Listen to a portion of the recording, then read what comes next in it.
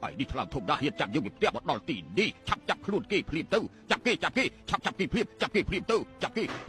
đam mê nước đâu saoนาการរបស់សាលាស្រុកនេះមិនបណ្ដោយឯងធ្វើអ្វីក្អីក្អាកទេ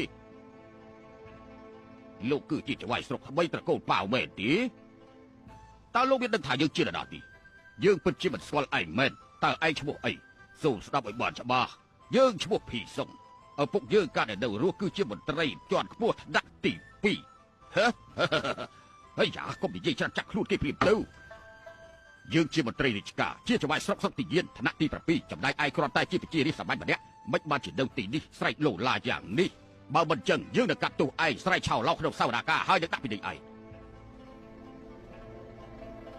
អស់ចាណាលោកម្ចាស់ប៉ាខុសពីមន្ត្រីផ្សេងៗមែនមើលទៅខ្ញុំចាប់ភីសុងមកទីនេះពិតជាត្រឹមត្រូវហើយការពិតគឺលោកលោកនៅភីសុងមានដំណោះអីចង់ប្តឹងគេពីរឿងអីទៅការពិតខ្ញុំមិនដែលស្គាល់គេទេតែខ្ញុំដឹងថាម្នាក់នេះគេធ្វើបាបប្រជារាស្ត្រប្រព្រឹត្តអំពើអាក្រក់ច្រើនណាស់ហើយនេះគឺជាពាក្យបណ្ដឹងរបស់ប្រជារាស្ត្រសុកទីយានអ្នកប្តឹងផ្ដាល់បានផ្តិតមេដាយនៅលើពាក្យបណ្ដឹងនេះលោកម្ចាស់ប៉ាសូមជិះមកចុះលោកម្ចាស់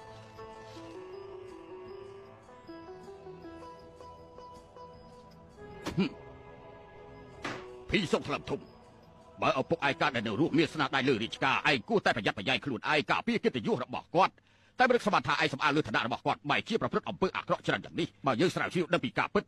យើងមិនអត់អរឯងទេពួកឯងបាទចាប់ភីសុកទៅដាក់គុក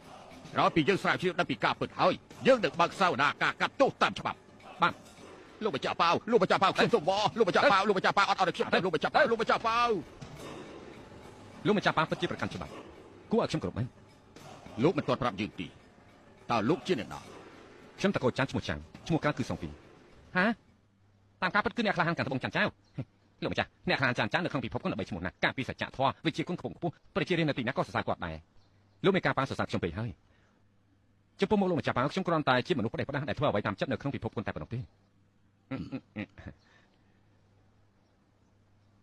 សូមអធិស្ឋានដែលយើងមិនយល់ពីកិច្ចការពិភពគុណតែបើមានមនុស្សច្រើនសរសើរលោកជាមនុស្សសាងអំពើល្អម្យ៉ាងទៀតថ្ងៃនេះយើងបានឃើញយ៉ាងច្បាស់ពីស្នាដៃរបស់លោកនោះបានន័យថាលោកច័ន្ទស័កសមជាអ្នកក្លាហានប្រកាន់សច្ចធម៌ដ៏អស្ចារ្យមែនច័ន្ទច័ន្ទគ្មានអីគួរអស្ចារ្យទេ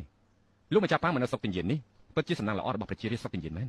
គួរឲ្យស្ដាយណាស់ភីសុងប្រព្រឹត្តអំពើអាក្រក់យូរហើយប្រជារាស្ត្រត្រូវគេធ្វើបាបនេះក៏ជាកំហុសរបស់សាលាស្រុកដែរហេតុនេះហើយខ្ញុំត្រូវតែបំពេញតួនាទីរបស់ខ្ញុំដែរយ៉ាងពីសុខហើយទៅកាត់អូខេទៅកាត់ទៅអាចារ្យលោកចាប់ប៉ាលោកក្នុងសវនាការពិតជាអស្ចារ្យខ្លាំងណាស់អ្វីដែលពីសុខបានប្រព្រឹត្តជាបានគាត់កាត់ក្តីយ៉ាងច្បាស់លាស់ត្រឹមត្រូវអត់មានខុសទេមុនហើយក្រោយពីសុខប្រកាសជាត្រូវតែទទួលទោសដីរបស់ខ្ញុំក៏ត្រូវតែបានទៅវិញ